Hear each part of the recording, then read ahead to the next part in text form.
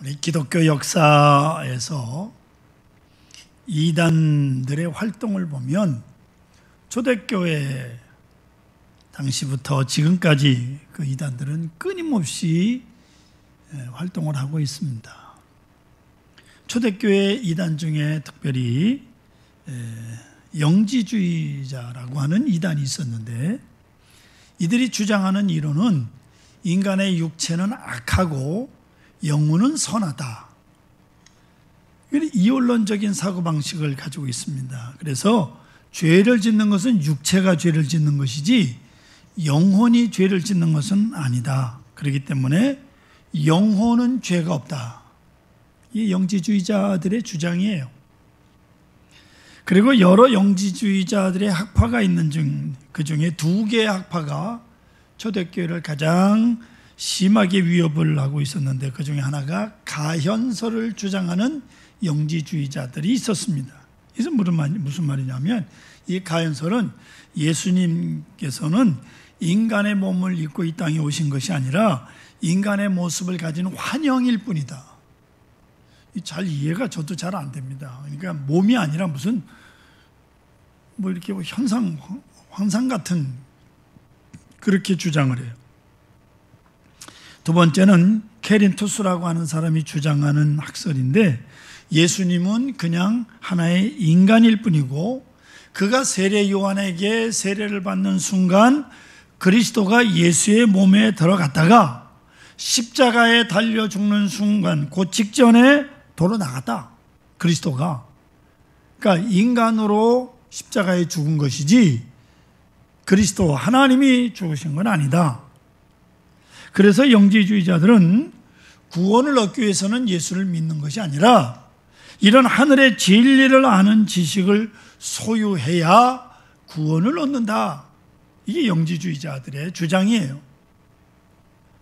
이런 이단이 초대교회에 슬그머니 들어오니까 사도 요한이 펜을 들어서 요한일서를 쓴 겁니다. 그 중에 요한일서 2장 18절에 보면, 아이들아, 초대교회 교인들을 향해서 아예 아이들이라고 표현을 해요. 신앙이 어린아이다 그 말이죠. 애들을 얘기하는 게 아닙니다. 신앙적으로 아직 어린아이와 같은 사람들.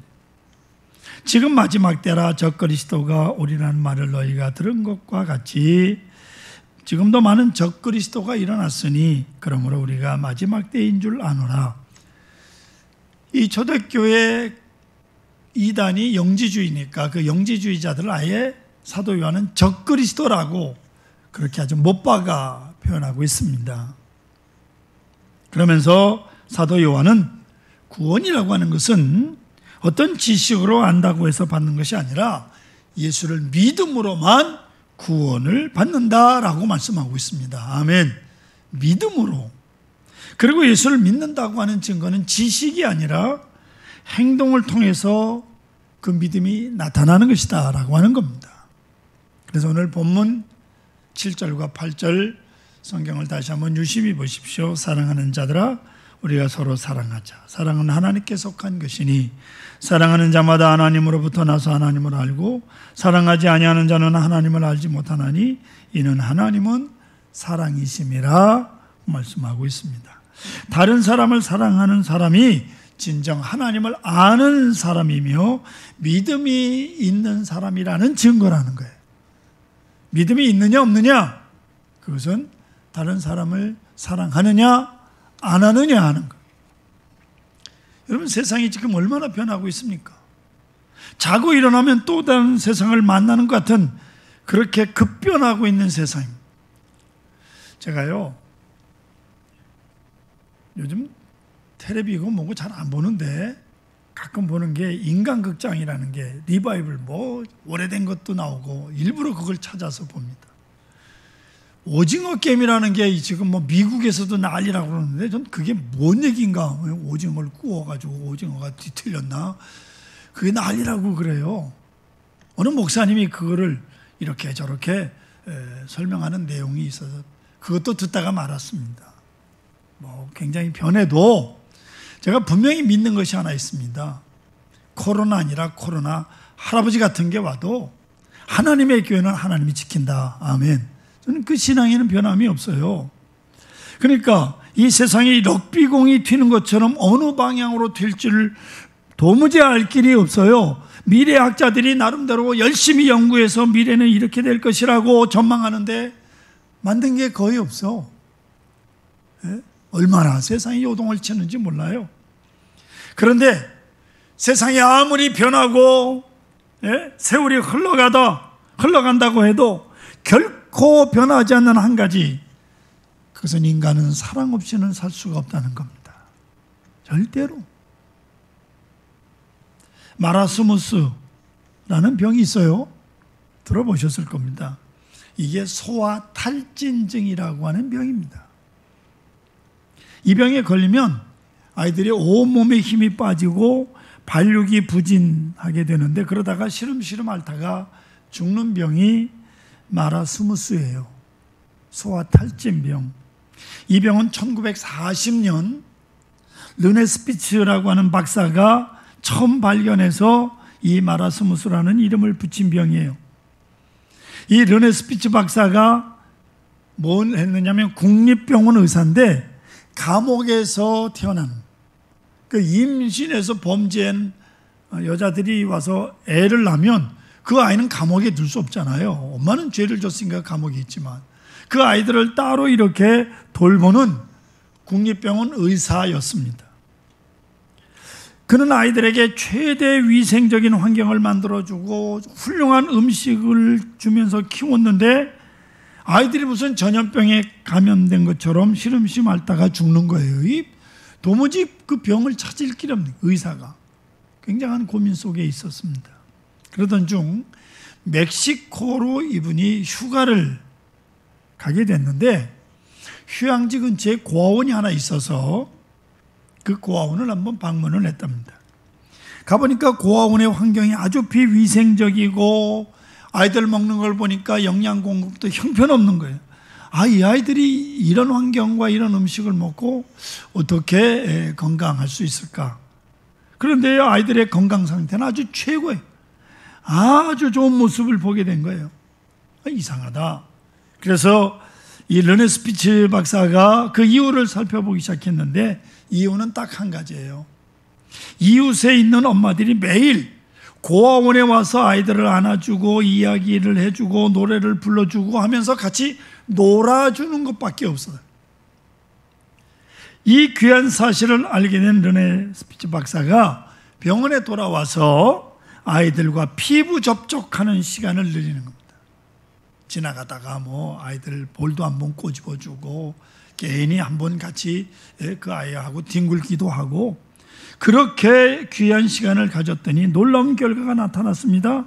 원인도 모른 채 시름시름 앓던 아이들이 건강해지고 아이들 얼굴에 사라졌던 웃음이 돌아오기 시작한 겁니다.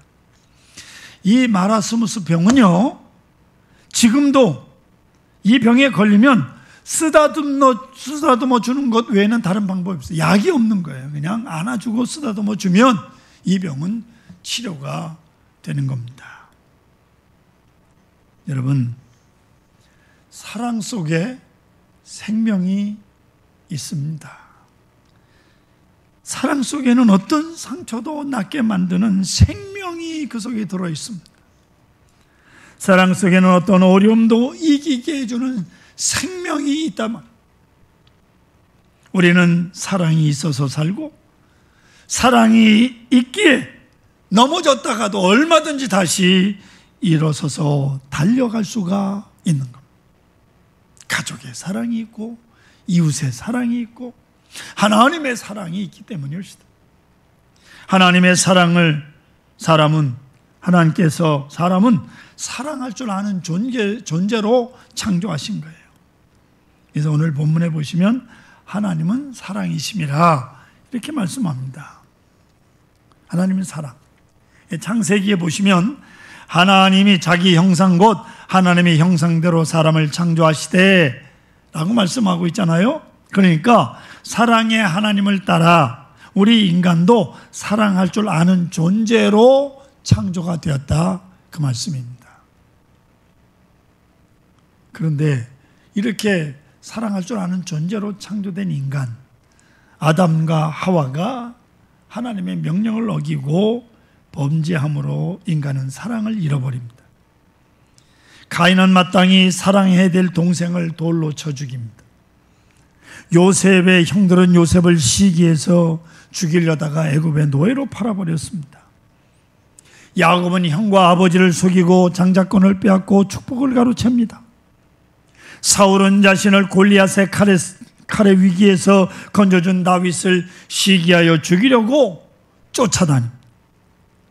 뿐만 아니라 예수님께서 사랑하시던 제자 가룟 유다는 예수님을 팔아버립니다.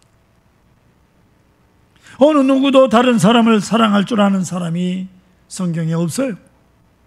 비단 성경에 나타난 사실뿐만 아니라 인류 역사 어디를 들춰봐도 인간이 다른 인간을 사랑했다는 기록 찾아보기가 실로 어렵다고 해도 과언이 아니에요. 임진왜란 때 이순신 장군이 일본 해군과 싸움만 벌이면 승전을 합니다. 승전에서 승전을 거듭하니까 그의 직속 상관이었던 원균이라고 하는 자가 이순신을 모함해가지고 그의 관직을 빼앗아버리고 백의종군하게 만들잖아요. 이런 상황에서 이순신은 이렇게 절규합니다. 해가 캄캄하게 보인다. 가슴이 찢어지는 것 같다. 빨리 죽기를 기다릴 뿐이다. 내가 한 게 뭐 있냐? 임진왜란 때 왜군하고 싸워서 이긴 것밖에 없던데 내가 뭔 죄를 졌다고? 아랫사람이 잘 되는 거예요? 윗사람이 좋아라 안 합니다.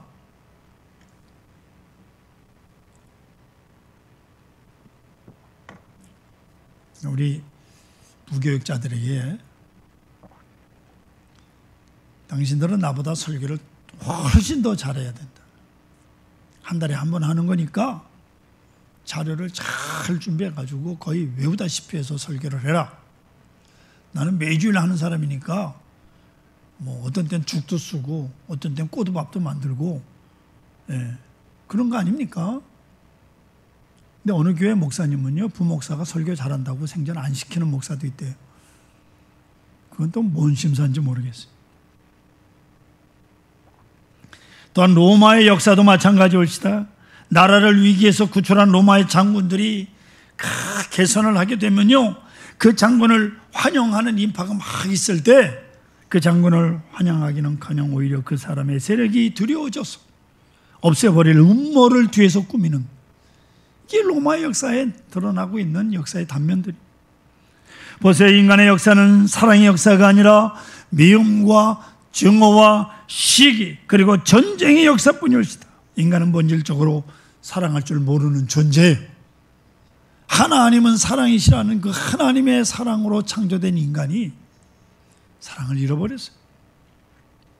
그런데 오늘 본문에 말씀하시기를 10절 보십시오. 사랑은 여기 있으니 우리가 하나님을 사랑한 것이 아니요 하나님이 우리를 사랑하사 우리 죄를 속하기 위하여 화목제물로 그 아들을 보내셨음이라.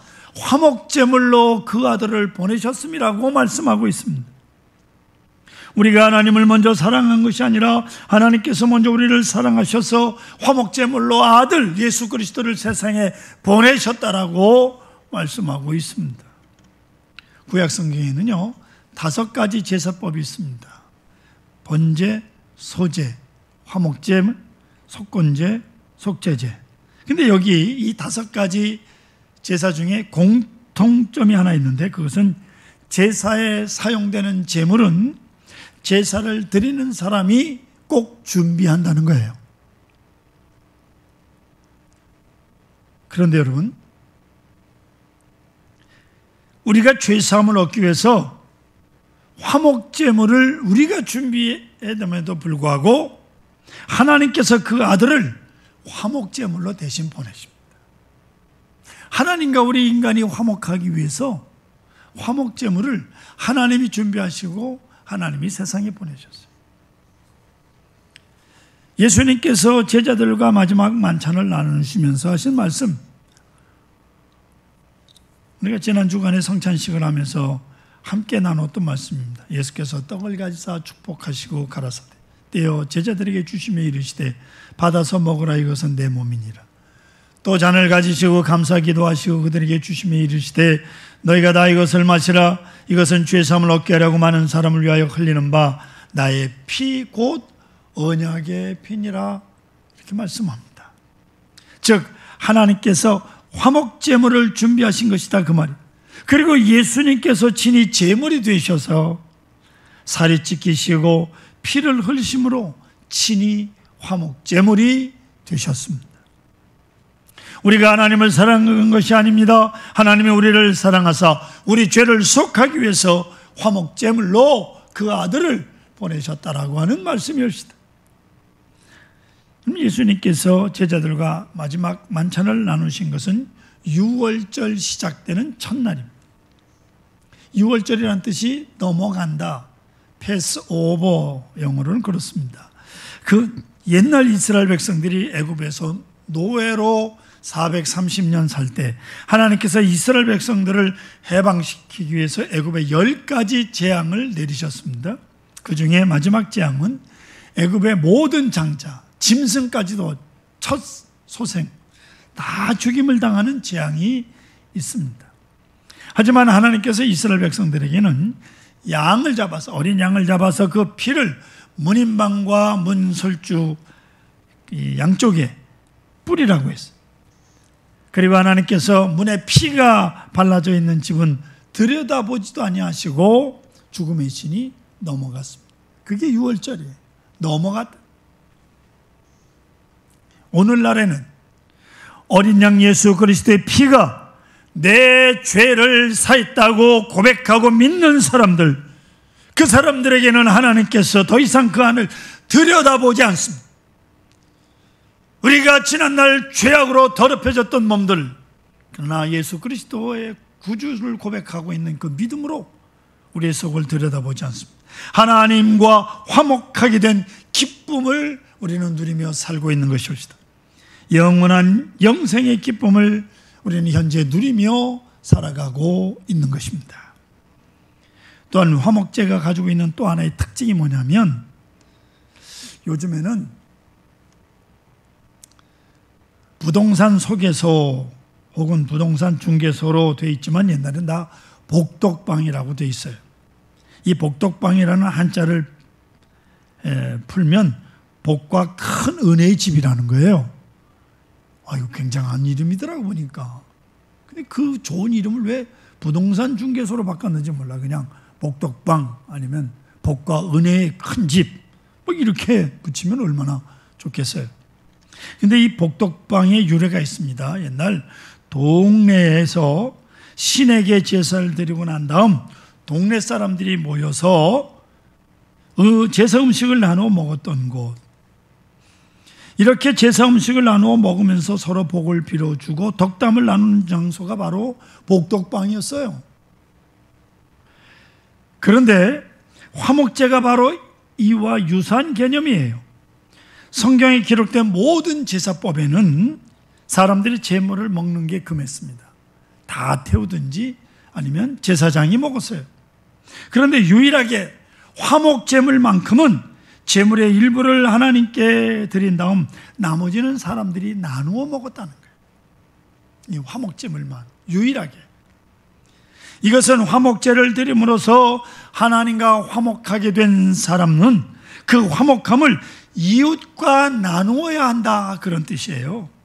그래서 본문은 뭐라고 말씀하느냐? 11절 보세요. 사랑하는 자들아, 하나님이 이같이 우리를 사랑하셨은즉 우리도 서로 사랑하는 것이 마땅하도다 라고 말씀하고 있는 겁니다.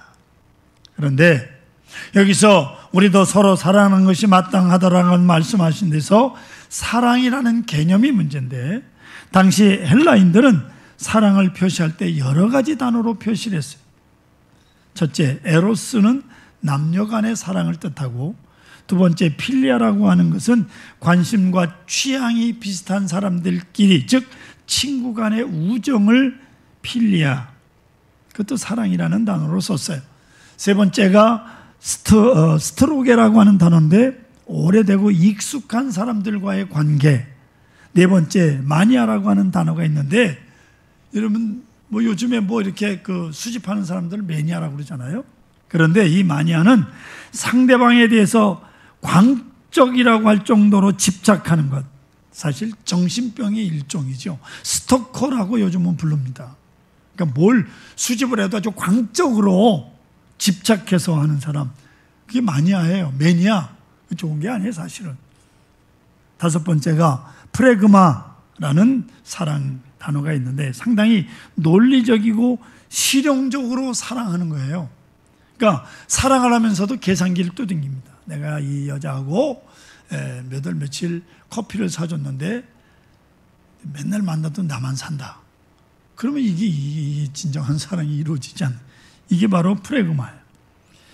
그리고 당시에는 거의 사용되지 않았던 단어가 하나 있었는데 신약 성경 기자들이 이 단어를 재생시킨 게 그게 바로 아가페라고 하는 단어입니다. 하나님께서 우리에게 보여주신 사랑, 영원한 희생과 완전한 희생과 무조건적인 헌신의 사랑, 이게 아가페입니다. 이 아가페라는 단어가 요한 1세 무려 46번 기록되어 있어요. 우리도 서로 사랑하는 것이 마땅하도다라고 할 때 여기에 사용된 단어가 바로 아가페, 사랑이라는 말씀이옵니다.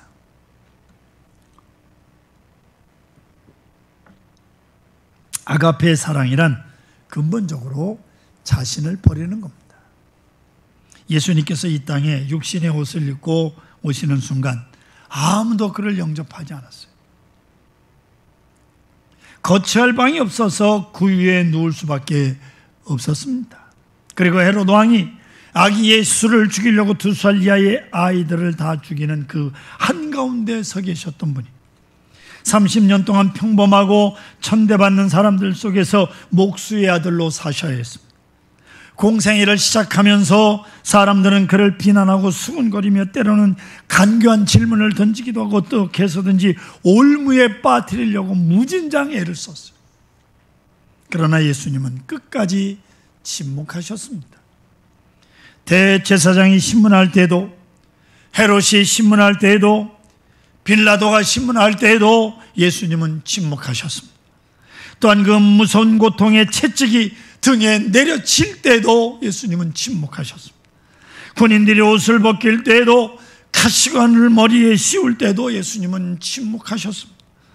침을 뱉고 갈대로 머리를 치며 희롱할 때도 예수님은 침묵하셨습니다.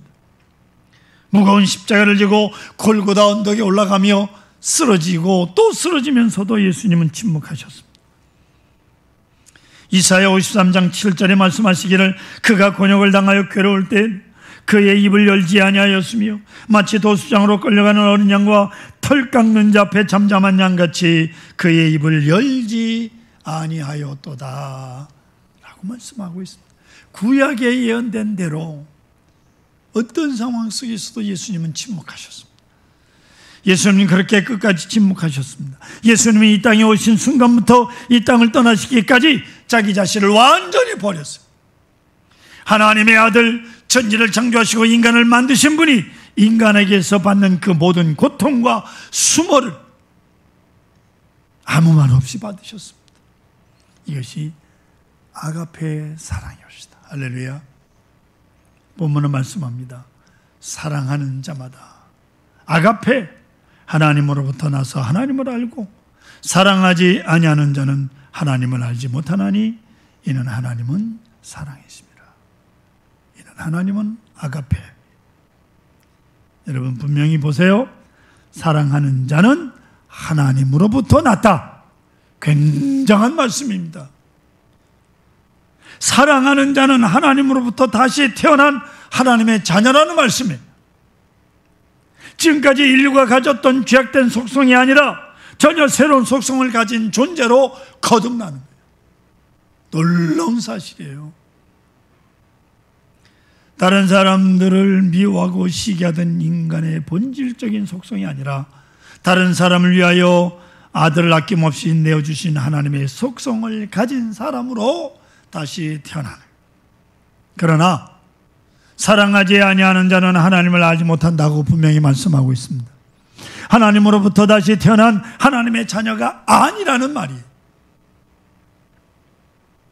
예수님께서 베드로와 요한과 야고보를 데리고 산에 오르셨습니다. 기도하라고 올라가신 거예요. 기도하러. 그때 예수님께서 희고 광채가 나는 모습으로 변화하시면서 베드로와 누굽니까? 모세와 엘리야가 나타나서 세 분이 대화하는 장면을 베드로가 봤어요. 이 모습을 본 베드로가 얼마나 좋은지, 주여 우리가 여기 있는 것이 좋사오니 만일 주께서 원하시면 내가 여기 초막셋을 지어서 하나는 주님을 위하여, 하나는 모세를 위하여, 하나는 엘리야를 위하여 짓겠나이다. 그랬어요. 하지만 예수님께서 베드로를 굳이 데리고 산에서 내려오셨습니다. 내려와 보니까 어떤 사람이 귀신 들린 아들을 제자들에게 데리고 와서 9명의 제자들에게 고쳐달라고 간청을 했어요. 그런데 그 제자들이 고치질 못하고 애를 쓰며 절망하고 있는 모습을 본 거예요. 여러분, 베드로는 영광스러운 변화산에 머물기를 원했지만 예수님께서는 사탄에게 고통받는 인간을 구원하기 위해서 산에서 내려오신 거예요. 인간의 삶 속으로 오신 겁니다. 예수님들 왜 그곳에서 편히 쉬고 싶을 생각이 왜 없으시겠습니까? 여러분 아셔야 됩니다. 기독교 진리는 단지 묵상을 위한 것이 아닙니다. 하나님의 사랑이 얼마나 큰 것인가 묵상하고 감사의 눈물만 흘리고 앉아있는 것으로는 안 된다, 그 말이에요. 만약 그렇게 그랬다면 초대교회를 위협했던 영지주의 이단과 다를 바가 하나도 없습니다. 사랑하지 아니하는 자는 하나님을 알지 못한다고 말씀하고 있습니다. 기독교는 단지 아는 데 그치는 것이 아니고 생각하는 것으로 만족하는 것도 아닙니다. 눈물 흘리는 것으로 내가 할 일 다 했다고 하는 것도 아니올시다. 하나님의 사랑을 아는 것과 것에 그치지 않고 우리도 그런 사랑을 실천하는 것이 마땅한. 그래서 본문 12절 보세요. 어느 때나 하나님을 본 사람이 없을 때 만일 우리가 서로 사랑하면 하나님이 우리 안에 거하시고 그의 사랑이 우리 안에 온전히 이루어지니라. 여러분 잘 성경을 읽으시면서 깨달으셔야 됩니다. 사람은 본질적으로 사랑할 줄 모르는 존재였습니다. 그런데 내가 누군가를 사랑하고 있다면 그건 내가 하는 게 아니라 그것은 하나님께서 내 안에 들어오셔서 하시는 일입니다. 나를 핍박하는 사람이 있는데 내 마음속에 그를 사랑하는 마음이 있다면 하나님이 내 안에 계시다는 증거예요. 할렐루야. 할렐루야.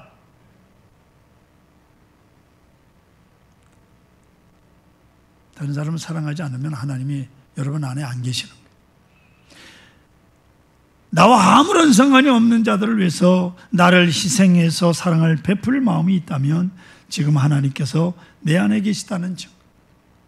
어느 때나 하나님을 본 사람이 없습니다. 그러나 내가 형제와 이웃을 사랑하는 그 일을 통해서 우리는 하나님께서 내 안에 계신다는 것을 분명히 확신할 수 있는 겁니다. 내가 사랑하는 것이 아니라 내 속에 들어오신 하나님의 사랑이 나를 폭발시켜서 내가 다른 사람을 사랑할 수 있게 되는 거예요. 사도 요한이 밤모섬에 귀향을 갔다가 풀려납니다. 90세가 넘었는데 예배석 교회에서 설교를 하면서 여생을 보내셨습니다. 제자들의 부축을 받아서 겨우 서서 말씀을 전하는데 설 때마다 어김없이 똑같은 설교를 되풀이합니다. 서로 사랑하라. 이 6마디가 설교의 전부예요. 에베소 교인들을 쭉 둘러보면서 서로 사랑하라. 그리고 내려가시는 거예요. 우리 한국교회도 107세까지 사신 목사님이 계십니다. 그런데요, 소리가 얼마나 쩌렁쩌렁한지. 근데 그분은 딱 7분 설교를 합니다. 딱 7분 설교를 해요. 세례 요한이 이렇게 설교를 하니까 한 제자가 맨날 똑같은 설교를 하니까 선생님, 오늘은 좀 다른 설교가 없으십니까? 하고 물었어요. 그랬더니 사도 요한이 말하기를 내가 오늘은 너에게 새로운 설교를 하노니 서로 사랑하라. 새로운 설교를 하노니 서로 사랑하라. 예, 사도 요한의 설교였습니다. 사랑하는 성도 여러분, 하나님께서 우리를 위해서 화목제물로 예수 그리스도를 세상에 보내셨습니다. 그리고 우리에게 말씀하셨습니다.